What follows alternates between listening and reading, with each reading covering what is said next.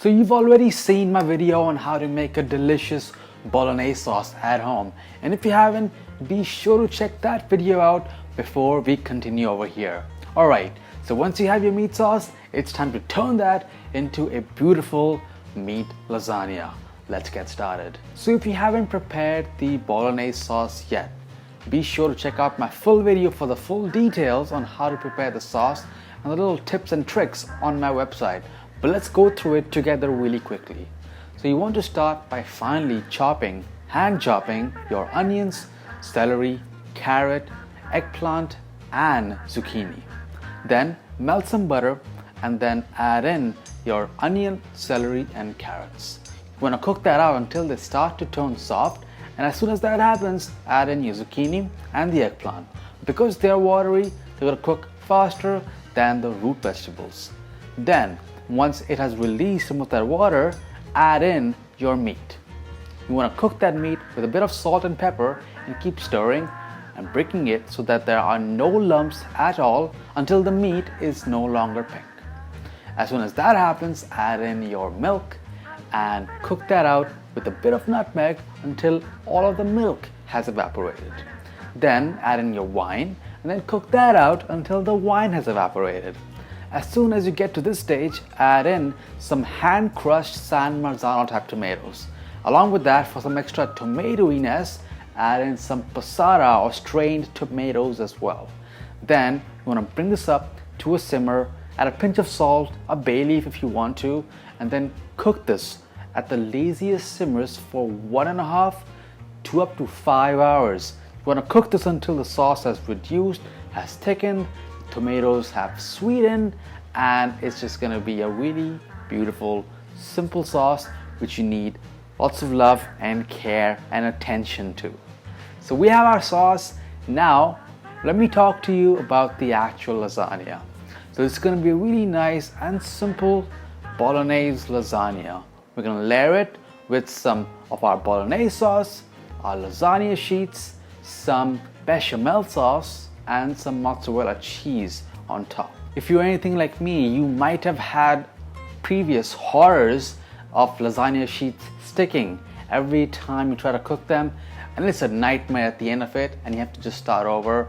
We run to the store and it's just a nightmare. Believe me, I have been there. But before we get to the lasagna tips, let's prepare a quick bechamel sauce as well.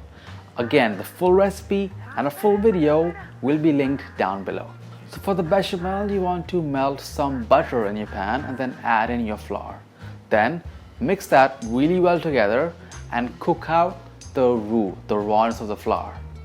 As soon as that happens and you have a nice nutty aroma, then add in your milk, cold milk, bits at a time, and then whisk and make sure it all combines together, no lumps at all. Then bring that up to a simmer, and as that's simmering, it's going to start to thicken. So season it with salt, pepper, and a pinch of nutmeg, and that bechamel sauce, that's ready. You can just set that aside along with your bolognese sauce, and let's talk about the actual lasagna. So what I've learned to really pay attention to when making lasagna is to make sure you don't put it all and dump it all in the boiling water at the same time. And talking about the water, you really want to make sure that it's at a rolling boil, not a lazy boil, rolling boil. What helps with that is if you put a lid on your pot to really get that to boil and keep that lid on while the pasta is cooking. Also, don't add all of the lasagna sheets at a time. Make sure you cook it in batches. That's going to really guarantee that you don't have to start all over again. My number is always 5 to 6 sheets at a time, and that's it. And as those lasagna sheets get soft and tender, just transfer that into a cold bowl of water. That's going to help prevent them from getting stuck to each other or getting dried out if you are placing them anywhere else. Now this is the most fun part, and you can make this a nice family thing, get everybody involved, and let's start developing those layers. So first thing I'm going to do is get those lasagna sheets out, lay them out on some paper towels, and then pat them dry. You don't want excess moisture in there because the sauce is going to provide enough moisture that any excess water will just make our lasagna watery and ruin the layers. So in my casserole here, you want to start with the first layer of bolognese sauce, followed by your bechamel sauce. Then add your lasagna sheets, cut it and trim it as you need to. And if at the edges it's time to like kind of warp up and it's not sitting flat in the casserole, just trim that out as well. So once you have the first layer of lasagna sheets down, then you want to repeat these steps. Start with another thin layer of your bolognese sauce, followed by your bechamel sauce, then a light sprinkling of mozzarella, and then add in the next layer of lasagna. Make sure to overlap the lasagna as you're making those layers, just to help keep that structure, keep those layers intact when you're ready to serve. And for the next layer, what I like to do is kind of crisscross and overlap like that, so that it's a nice weave almost. So repeat with these layers until you're at the top one. At the top one, what you'll be left with is a nice layer of your bolognese sauce, some bechamel sauce, and then top it up with loads of mozzarella. You can go as much or as little as you want. And then finally, a nice dusting, a nice grating of Parmesan cheese. Here I used a mix of Pecorino Romano as well as Parmesan, but you can choose either or. Now while this was layering, my oven has been preheating at 400 Fahrenheit. So once the layering is done, place that casserole in your oven in the middle rack.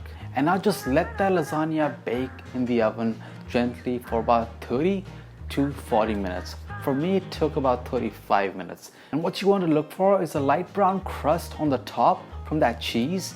And you want to make sure that there's a light crust on the borders of the lasagna as well, with some sauce that's bubbling out of it. That's really gonna help make sure that the lasagna is warmed throughout all the layers of cheese and the sauce and the pasta. It's gonna be nice and gooey. It's gonna be perfect. Now, next step is gonna be really hard to do. Believe me, it is for me. Take the lasagna out and then let that sit for like 10 minutes. You have to. Otherwise, when you cut into it and try to serve and lift that layer out, it's gonna completely be a hodgepodge of things. If you want, you can just hover near it and sniff all that deliciousness, but just let that sit for 10 minutes. And then once you're ready, carefully start cutting the lasagna and make sure you have the size that you want. And personally, for something that's as delicate as a layer of lasagna, my best friend is a fish spatula. So grab your best, your thinnest spatula that you can find, something that's firm, not flimsy, and then lift that beautiful layer of lasagna and place that over your plate. Add some more cheese if you want, some more bolognese sauce on the side for those who like it more saucy, chili flakes, basil, chili oil, whatever you want.